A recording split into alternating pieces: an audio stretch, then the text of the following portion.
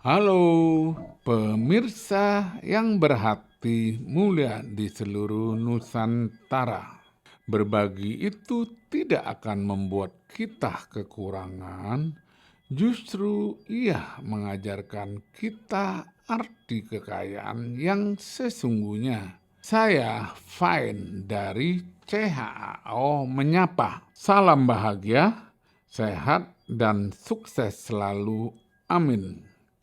Di episode kali ini kita menyapa saudari Neng Tresna Ayu Kusuma dengan profesi marketing properti.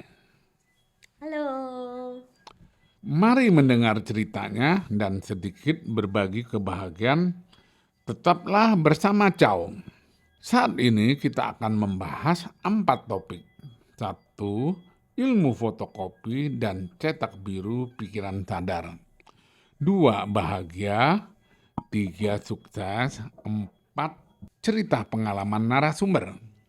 Ilmu fotokopi dan cetak biru pikiran sadar. Manusia pada dasarnya memiliki pikiran atau kesadaran sebanyak 3 macam atau 3 jenis, yaitu 1. Pikiran sadar. 2.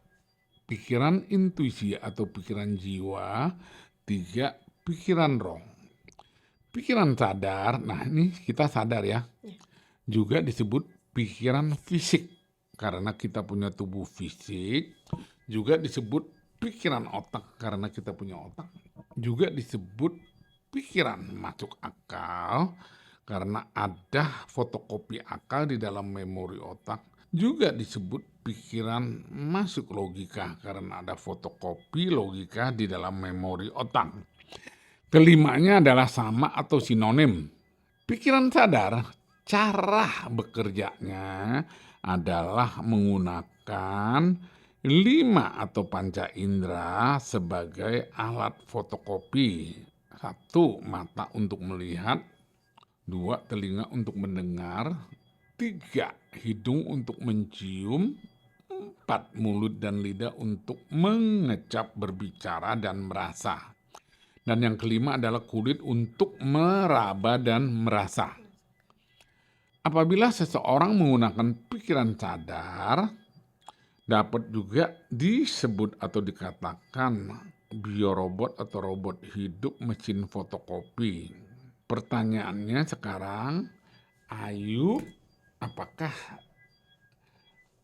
menerima apabila disebut robot hidup mesin fotokopi? Setuju. Oke, menerima artinya setuju ya. Fotokopi bahasa bakunya adalah belajar.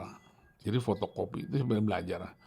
Fotokopi selesai lalu diidentifikasi.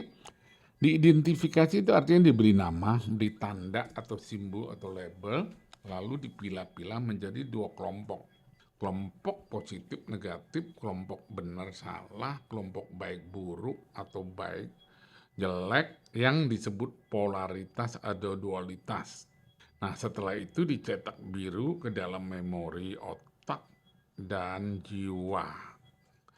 Nah, hasil cetak biru ini disebut atau dinamakan 1. Kepercayaan atau keyakinan. 2. Masuk akal atau masuk logika. 3. Iman atau beriman dalam hal beragama. Yang keempat adalah pola pikir, kelima adalah paradigma, dan keenam adalah mindset, dan ketujuh adalah karakter. Ya, maknanya semuanya sama, mana aja mau dipakai. Nah, apabila pikiran sadar mendengar atau melihat sesuatu, selalu direspon dengan cara mengecek, recheck, cross-check di dalam memori otak apakah ada atau tidak. Kalau tidak ada, otomatis ditolak. Namanya mental block, otomatis tanpa dipikirkan gitu. Lalu ada, itu pun juga dipilah lagi, di cross check lagi, apakah masuk akal, benar, atau salah, atau tidak masuk akal gitu. Yang tidak sama di dalam memori, pasti ditolak yang disebut mental block. Tapi kalau sama, sesuai ya pasti diterimanya. Makanya dia akan mengatakan benar. Jadi benar salah itu sangat tergantung dari fotokopi dan cetak biru gitu. Ya, oke. Pikiran yang kedua adalah pikiran intuisi atau pikiran jiwa. Ya, pikiran intuisi atau pikiran jiwa, cara bekerjanya adalah menggunakan perasaan atau menggunakan hati tanpa proses fotokopi, ya, timbul otomatis gitu. Orang yang bisa menggunakan pikiran intuisi biasanya disebut jenius atau orangnya kreatif gitu. Nah, seorang fisikawan dunia yang namanya Albert Einstein itu mahir sekali dalam menggunakan pikiran intuisi atau pikiran jiwa. Makanya beliau bisa mempunyai kutipan atau quotes gitu. Yang saya kutip adalah 3. 1. Jenius adalah 1%, bakat 99%, kerja keras atau kerja cerdas ya gitu. Yang kedua, manusia diciptakan untuk menjadi jenius. Tetapi ketika kita menilai seekor ikan dari kemampuannya memanjat pohon, maka selamanya dia akan merasa bodoh. Yang ketiga, pikiran intuitif adalah suatu karunia suci dan pikiran masuk akal adalah seorang pelayan yang setia. Kita sudah menciptakan masyarakat yang menghormati pelayan dan melupakan karunia suci. Gitu ya. Oke, pikiran intuisi atau pikiran jiwa sudah selesai. Kita masuk ke pikiran yang ketiga adalah pikiran roh. Pikiran roh cara bekerjanya adalah menggunakan perasaan. Ya, pikiran roh juga sering disebut hati nurani, disingkat HN. Apabila seseorang sudah bisa menggunakan pikiran roh, biasanya disebut super jenius, ya, gitu. Oke, selanjutnya adalah bahagia. Nah, Ayu, Ya Om, sudah bahagia belum? untuk saat ini sudah Om. Oh, sudah bahagia ya. Bahagia karena apa? Bahagia karena kumpul bersama keluarga Ya, kecil, terus sehat, ya. semuanya bisa sampai di titik ini juga sudah bahagia. Oke. Pernah tidak bahagia? Tidak bahagianya pernah pasti Om, Hah? pernah pasti. Ya, apa contohnya nggak bahagia karena apa? Kalau lagi dapat tugas keluar kota Om, harus ninggalin Oh, tugas anak-anak. keluar kota bukannya Ya, bahagia? enggak, malah sedih. Hah? Kadang ninggalin anak-anak sedih Om. Hah? Kadang kalau tugas itu kan 1 minggu atau 2 minggu tuh Mm-mm. gitu kan. Terus ya namanya kita sales properti itu kan startnya pasti dari pagi. Kadang 10 to 10 ya Om. Ya. Dari jam 10 sampai jam 10 gitu. Jadi kadang kalau untuk komunikasi sama anak-anak itu pasti kan kurang Oh, gitu. jadi membuat kurang bahagia ya, Ya, merasa kurang bahagia. Jadi sedih orang sih. yang luar kota kan harusnya bahagia karena bisa kejungin kota-kota lain kan, ya. Itu happy-nya, Terus tapi ada kedua, sedihnya Om. Happy-nya itu tapi ada oh sedihnya. happy-nya. Satu bisa kenal banyak orang, Ya. terus bisa tidurnya enak di hotel kan itu, Iya benar. makan enak, kok Makan nggak enak. bahagia, gitu. Oke, jadi itu yang membuat kurang artinya masalah anak ya. Nah, oke. Nah, itulah akibat seorang ibu rumah tangga yang punya anak mau menjadi wanita karir. Ya, Betul. konsekuensinya kan begitu ya. Iya Kalau betul. memang jadi ibu rumah tangga murni kan Ya, ya iya. tiap hari ketemu anak lama bosen deh maunya jalan-jalan, ngurusin anak melulu, Iya, nanti ngeluh lagi ya Om. ya. Oke, terus oke lanjut ke topik yang ketiga adalah sukses. Ayu sekarang udah sukses ya? Untuk saat Bagaimana? ini sudah Hah? ngerasa sukses. Ya udah sukses. Tapi pasti ada yang belum sukses ya? Pasti ada Om. Ya, ada nggak yang belum sukses? Belum suksesnya sampai sekarang tuh karena belum punya kendaraan ya Om. Oh, belum punya kendaraan. Dalam arti masih naik kendaraan umum atau gimana? Iya, transportnya masih pakai kendaraan umum. Oh gitu. Oke, suksesnya cuman punya kendaraan aja ya, itu kan mudah sekali tinggal cetak biru truk ya, gitu. Iya harusnya ya Hah? cetak biru biar jadi nyata ya Om. Iya, cetak biru ya, punya mobil ya. Iya amin. Hah? Bisa, Gitu. amin. Amin amin, cetak biru ya. Jadi artinya sukses, kita udah sukses setiap saat, setiap waktu, setiap orang sukses. Memang ada yang belum sukses, yaitu keinginan yang belum tercapai kan itu, Iya, ya, belum tercapai keinginan yang belum tercapai makanya disebut belum sukses kan itu. Oke, kita masuk ke topik yang keempat yaitu cerita pengalaman narasumber ya. Apa penyebab Ayu sampai bekerja di bidang marketing properti? Apakah sebelumnya bukan di bidang itu ya? Yang pertama, yang kedua, apa sih tantangan terbesar di marketing properti gitu? Yang ketiga adalah bagaimana terjun pertama kali, kan tadi udah tantangannya. Nah, terjun pertama adalah penyebab sampai gitu. Yang kedua adalah tantangan yang terbesar. Yang ketiga, apa sih yang menyebabkan sampai sekarang masih bertahan di bidang itu ya? Halo, perkenalkan nama saya Tresna Ayu Kusuma. Biasanya saya lebih dikenal dengan sebutan Ayu. Saya lahir di Selong, Nusa Tenggara Barat itu tanggal 2 Mei tahun 1993. Saya anak kedua dari 3 bersaudara. Sekarang saya juga sudah punya anak, Om. Untuk anak itu sebenarnya saya punya anak tuh 3 yang biologis ya Om. Ya, Tapi ada 1 anak bawaan dari suami juga. ya, Jadi ada 4 anak gitu. Untuk awal mulanya kenapa saya bisa terjun itu awalnya itu dimulai dari suami itu di PHK Om. oke, Ya waktu itu PHK kerja jadi semua ekonomi pastinya turun, ya, anjlok. Karena untuk bertahan sehari-hari jadi kayak kendaraan yang ada itu kita jualin. ya, Karena nggak lama dari PHK itu anak yang bayi itu sakit jadi harus ya, dirawat ya, dan BPJS pun waktu itu sampai nggak kebayar lah Om ya, gitu ya, kan. oke, Jadi kendaraan harus dijual untuk biaya. Dari situ mulai gimana ya kayak hidup itu kok seperti ini ya ya, gitu. Jadi kayak mikirnya tuh ya ampun kok berat banget ya ujiannya gitu. Tiba-tiba seperti ini harus ngadepin ini. Sempet mikir kayak mau kerja tapi kerja apa ya, ya gitu kan. Apalagi dengan usia waktu itu terbilang ya udah nggak muda banget, apalagi rata-rata untuk di daerah Ayu tuh nyari tuh fresh graduate semua ya, Om oke, gitu. Nah udah gitu mulai dari situ tuh kayak kita tuh pernah hidup bahkan tanpa listrik 1 tahun. oke, Saking nggak bisa bayar tagihan listrik, itu listrik dicabut. Ya untungnya waktu itu rumah udah sendiri, jadi nggak ya, ada bayaran ya, ya, apapun.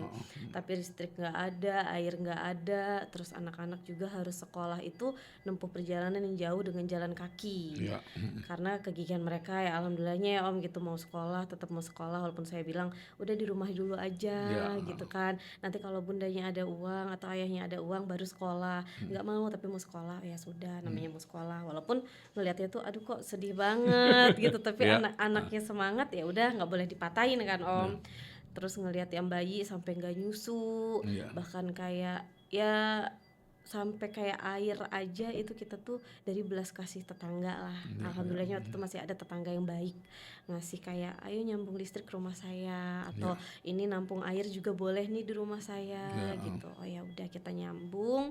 Cuma tetep ya Om namanya kita nebeng sama orang pasti ada nggak enaknya. ya, Sampai pagi-pagi tuh rumah tuh digedor sama istrinya si ya, bapak yang nawarin. Jadi kayak nggak usah ngelanjut lagi. Mungkin ya namanya omongan tetangga kita nggak tahu ya Om. ya, Jadinya pada ngomong kayak gitu ya udah kita cabut lagi. ya, Jadi terus pada akhirnya ngerengek ke mama, ya, ngerengek ke mama. "Mah, boleh nggak pengen liburan dulu nih di Mama." Jadi Mama tuh nggak tahu Om, waktu itu keadaan susah. Oke, Jadi ya nggak terus? jujur. Ya. Nah, nggak jujur karena kan ya namanya susah, terus takutnya orang tua khawatir ya Om. Jadi, "Mah, boleh nggak nih pengen liburan bawa anak-anak?" "Oh ya udah sini pulang." Itu dalam keadaan lagi sakit. Tapi namanya feeling orang tua ya Om Mhm, ya. Jadi mereka kayaknya paham, terus ya udah pulang. Itu mhm, gimana juga keluargamu. Terus dibawain kayak perbekalan beras, mhm, uang, disangguin terus pulang bareng-bareng. Akhirnya pulang lagi. iya, Terus akhirnya di situ mikir, kenapa sih nggak nyoba aja? Ya udah ada tawaran properti nih iya, gitu. Coba ngelamar, langsung keterima iya, Om. Rezekinya tuh langsung keterima, masuk. Dari situ perlahan mulai berubah lah oke, ekonomi. Ekonomi berubah, terus ngebantu karena memang suami juga mau cari kerja masih susah ya Om ya. mhm, After PHK itu PT-PT kan masih gonjang-ganjing juga di mhm, sana. Jadi ya udah aku aja yang kerja, suami jaga anak-anak di rumah iya, sambil coba-coba kayak jualan sayur mateng kayak gitu-gitu. iya, Terus ya udah aku kerja, dari situ mulai perlahan mulai membaik iya, sampai akhirnya suami dapat pesangon, kita memutuskan pindah keluar dari situ. mhm, Gitu, kita pindah keluar ya udah sampai sekarang aku berlanjut masih di properti karena memang ya menurut aku properti itu yang membantu aku dari keadaan susah itu satu. Terus juga memang sudah passionnya di situ, basicnya di situ, jadi udah tahu hafal di situ mhm, jalurnya kemana, udah kayak gitu relasi juga udah banyak di situ. Dan dari properti-properti pun kayak agent-agent pun banyak yang kerjasama oke, seperti itu. Jadi makanya sampai sekarang ya bersyukur masih bisa seperti ini. Dan suami juga alhamdulillah baru banget berapa hari yang lalu dapat kerjaan lagi setelah iya, 5 tahun nganggur. Jadi makanya lebih semangat lagi lah gitu.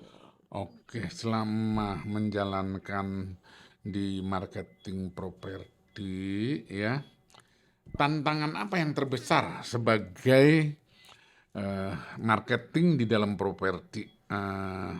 Karena persaingan agen-agen properti kan juga banyak ya. Iya betul. Dari Brighton, dari Era, dan Iya. apa-apa lagi ya. Worldwide Nah, itu banyak. apa sih kelebihan yang Ayu punya megang ini dibandingkan yang lain-lainnya bagaimana? Apakah presentasinya lebih murah atau bagaimana gitu?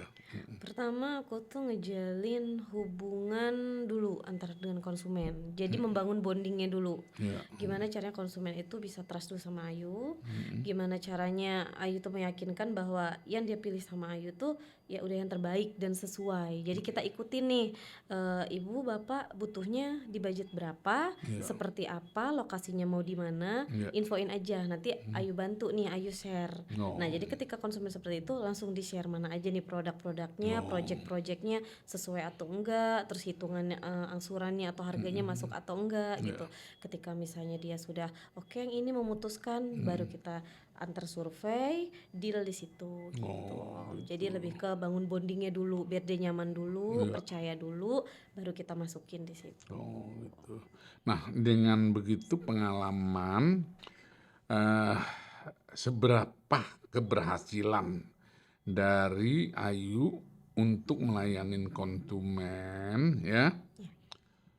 yang meminat itu biasanya berapa persen berhasil closing gitu? Closingnya ya, Iya. biasanya dari misalnya perbandingannya dari 10 konsumen yang prospek, itu biasanya 7 atau 8 itu berhasil sampai ke akad, Ayu Oh, antar. gitu ya. Ya, Heeh. tergantung dari kadang konsumen itu juga kan nggak semuanya mulus ya Om. Terkendala di BI checking juga, di perbankannya juga gitu Oke, kan. Jadi oke. datanya, Heeh, jadi heeh. gimana caranya Ayu tuh ngasih solusi nih ke mereka. Kalau misalnya memang mereka mau tetap lanjut, ya berarti tidak bisa dengan KPR. Kita alihkan ke cara bayar yang lain. Hmm. Tapi kalau misalnya memang mau tetap KPR, ya mungkin kita alihkan dengan cara pinjam nama. Gimana caranya si konsumen itu tetap jadi dan tetap punya rumah walaupun Ya. dengan keterbatasan mereka yang ada gitu sih. Oh, gitu. Nah, pengalaman selama ini dengan konsumen-konsumen ini ya. Nah, apakah ya yang membuat pengalaman yang tidak enak atau memang belum pernah ada atau konsumen itu happy-happy aja gimana? Ayo. Kalau misalnya pengalaman yang gak enak tuh pasti ada, sebagai seorang sales ya Ada Om, pasti juga ya? ada. Oh, Itu tuh apalagi kalau misalnya sudah mau akad, mhm. SP3K sudah turun, perjanjian kredit sudah turun, tiba-tiba besok mau akad dan konsumen cancel.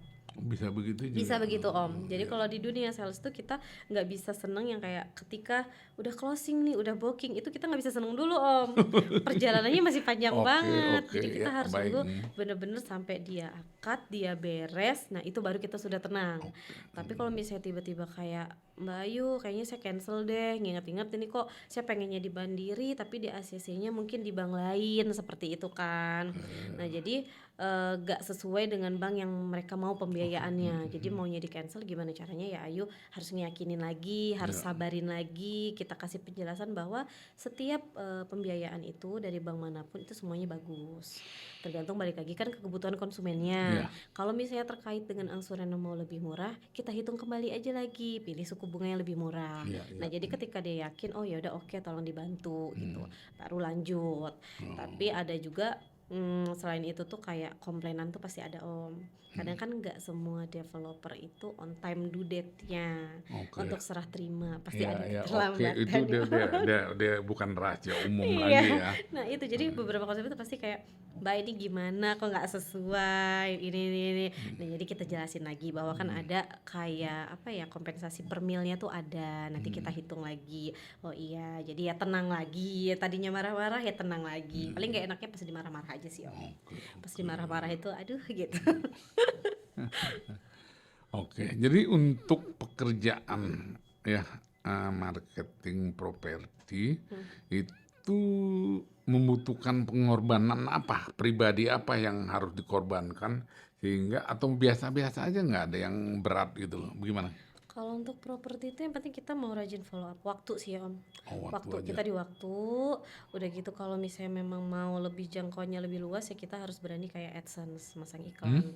masang iklan. Jadi kita harus berani iklan, baik itu di Oh platform, perlu iklan ya juga ya? perlu Om. Jadi Mmm, itu untuk ngejangkau konsumen-konsumen yang di luar-luar kota, oke, gitu. Kadang kan nggak semua konsumen tahu branding project yang kita tawarkan kan gitu. Jadi mereka ngelihat di sosmed, wah apa nih gitu ya. mhm, Paling bersaingnya harus mikir kayak bikin apa ya, kayak VO-nya itu harus menarik lah buat konsumen, gimana caranya biar mau beli. Itu sih di waktu sama ya itu AdSense harus berani iklan, berani modal iklan gitu sih. sekarang kalau dilihat dari TikTok atau di YouTube tuh kan banyak sekali ya iklan, "Ini rumah mau dijual dengan Iya, harga segini," iya. dan lebih kerennya lagi juga langsung melihat apa, Makasihnya. dalamnya ya, Iya, betul. kamarnya, ruang tamu, kamar mandi, tangga naik lantai 2 terus pandangan ke Kelihatan mana-mana ya, semuanya. heeh. Jadi cukup luar biasa lah Iya, dengan kemajuan teknologi ya, teknologi gitu. betul. Nah, dalam hal sebagai marketing properti atau agen properti, itu secara finansial itu bagaimana? Sangat menjanjikan atau ya seperti orang kerja di pabrik atau karyawan kantoran sama aja atau memang punya kelebihan gitu? Ada kelebihannya sih Om. Hah? Jadi agent properti atau sales tuh ada kelebihannya tersendiri. Oh ya, apa Jadi itu? ketika kita butuh, misalnya kita tahu nih kebutuhan kita di bulan depan atau 2 bulan lagi, wah butuh uang lebih banyak nih Ya. misalnya.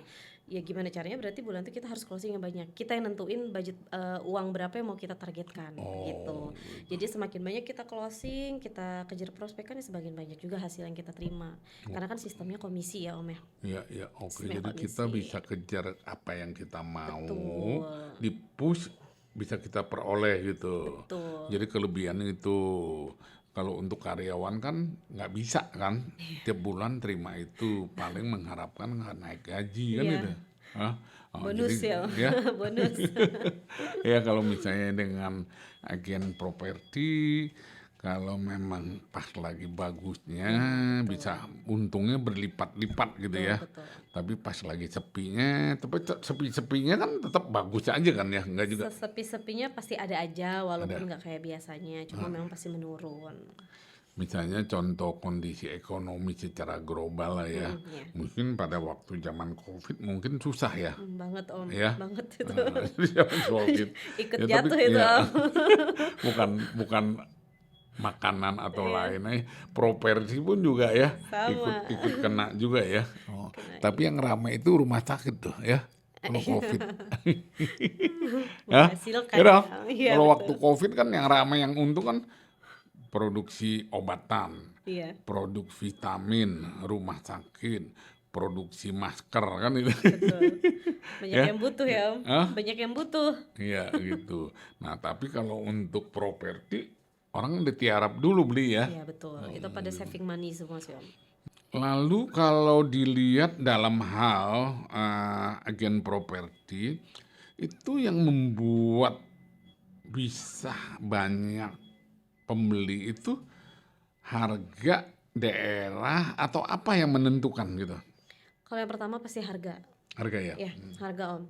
Dari harga itu yang pertama, kedua lokasi, Mm-mm. fasilitas. Kadang ada konsumen mungkin kalau misalnya dari jauh ya Om Iya. gitu kan. Dari jauh yang mungkin punya rumah pertama, pasti mereka banyak yang mengharapkan kayak dapat benefit apa nih, hadiah apa nih gitu. Cuma kalau misalnya di sekarang-sekarang ini yang Ayu lebih temuin tuh lebih ke harganya affordable atau enggak, Oh, angsurannya itu masih sesuai atau enggak, oke. lokasi, fasilitas, sama spesifikasi, lebih ke itu sih konsumen sekarang. Oh, gitu. Jadi eh, artinya fasilitas itu juga menentukan ya. Betul, fasilitas betul. Apalagi harga ya, Iya, fasilitas bagus, harga murah bagus. ya. Hah? Ya, banyaknya gitu ya Om sekarang. Fasilitasnya bagus, lengkap, maunya harga murah. Cuma Ya, kan pasti nggak bisa ya Om. iya, Ada kualitas, pasti ada harga. iya, iya, Gitu. iya. Tapi kan maunya manusia kan begitu ya. Ya, Oh. Nah, yang selama ini yang pernah Ayu layani itu rata-rata itu karyawan swasta atau PNS atau wira swasta. paling banyak itu Ayu dapat Pemda, pemerintahan. Oh, Pemerintahan. pemerintahan. Paling banyak itu pemerintahan, kedua itu pengusaha, baru yang karyawan-karyawan Oh, gitu. gitu. Paling kalau karyawan itu biasanya itu kayak properti itu juga ada musimnya gitu Om. Jadi misalnya mereka dapat bonusnya THR-nya kapan nih? Nah itu kita kejarnya di situ. Jadi kalau Oh, karyawan kan ngejarnya di situ. Kita ngajarnya kalau nggak akhir tahun ya tengah tahun. Baru kita oh, kasih tuh promo-promo segala iya, rupa tuh iya, kita keluarin booking yang termurah lah dengan spek yang terbaik lah. Nah itu iya, kita iya. keluarin. Tapi kalau untuk kayak pemerintahan atau pengusaha itu kita enaknya itu gak terlalu menjelaskan terkait dengan promo. Tapi lokasi ini tuh bagus untuk mereka tuh investasi atau tinggal. Oke. Jangka panjangnya kita lebih kasih gambarannya seperti apa yang bisa dia dapatkan 5 tahun atau 6 tahun mendatang dengan fasilitas yang udah terbangun. Nah itu jadi banyak makanya orang pemerintahan sama pengusaha tuh banyak ngambil ke itu untuk invest. Oh. Tuh. Kalau dengan pengalaman di agen properti ini, menurut Ayu, properti apa developer atau pengembang yang paling oke dalam arti harganya oke, fasilitasnya oke, dan nggak pernah janji PHP ya, artinya bagus dan memang banyak penggemarnya atau Iya. peminatnya atau bagaimana? Silakan. Untuk apa gitu ya Om ya Developer, untuk developernya. developer. Agung Podomoro itu bagus. Oke. Agung Agung Pod, Podomoro Agung Podomoro. Group, Oke, terus? Sedayu Group itu kan Om, Agung Iya. Podomoro, Sumarekon, Ciputra itu Oke. bagus. Oh, itu bagus ya. Ya. Terakhir kemarin itu Trinity Land juga itu bagus. Apa? Trinity Land yang punyanya Pak Bung Chandra Oke. itu juga bagus. Kebetulan kalau untuk landed dia baru buka di Bogor sama di Karawang. Nah, itu juga bagus. Cuma kalau misalnya memang peminat yang terbanyak masih di Agung Podomoro sih. Yang selama ini Ayu tanganin itu masih di dalam eh, Jakarta Barat, Tangerang, atau memang udah sampai ke luar Jawa? Kalau keluar Jawa masih belum. Belum ya? Masih belum. Cuma kemarin ada beberapa teman kebetulan dari project-project sebelumnya itu kan ada juga project yang di Lampung nih. Iya. Trinity Land yang di Lampung tuh ada project. Nah, teman tuh kayak kalau misalnya ada mencari pergudangan atau Iya. untuk investasi tuh boleh kontak-kontak. Nah, kemarin ada beberapa konsumen nanyain pergudangan. Jadi ayo oper ke sana. Iya, iya. Jadi bagi hasil lah gitu. Jadi ayo oper nih ada konsumen silahkan di follow up. Nanti update aja terkininya seperti apa udah gitu aja. Nah, selama menjalankan profesi di agen properti, marketing properti, apa seberapa besar dukungan dari keluarga terhadap pekerjaan Ayu? Dukungan ya besar ya Om, termasuk dari support, terus kayak untuk anak-anak juga dari orang tua juga banyak ngebantu, kayak udah jangan diasuh sama orang, udah bawa ke sini aja, biar mama Hmm, aja yang jagain. hmm, Apalagi kan terkait banyaknya berita beredar ya Om, gitu hmm, kan terkait pengasuh atau daycare gitu. Jadi ya udah, mama sih support, ayah juga support, suami, anak-anak juga support semua. oke. Jadi masih pada mengerti lah, Ya. sama-sama ngerti. Nah, selama menjalankan eh, marketing properti, eh, tanggapan masyarakat ya, stigma masyarakat terhadap eh, agen properti atau marketing properti itu seberapa membantu, seberapa dibutuhkan oleh masyarakat gitu. Nah, masyarakat, kalau misalnya terkait seberapa membantunya itu ya pasti kembali lagi ke konsumennya, Ya. kembali ke orang yang dia percayai siapa. Mhm. Makanya itu tadi yang Ayu bilang kita tuh harus ngebangun bonding dulu ke konsumen. Jadi dimanapun dia bisa ngereferensiin kita juga ke teman yang lain bahwa oh ini aku kenal nih si agen Oh, properti ini bagus nih. Jadi dari situ ya kita bangun relasi Om, jaringan dari situ. gitu. Tanpa kita harus menemukan orang satu persatu. Jadi Ya. kita punya kayak MLM ya Om gitu kan. Jadi kita punya nih pegangan, nanti dia yang cerita kemana-mana Oh, gitu. gitu. Jadi ya kalau misalnya dibilang membantu ya sangat membantu lah. Ya, oke.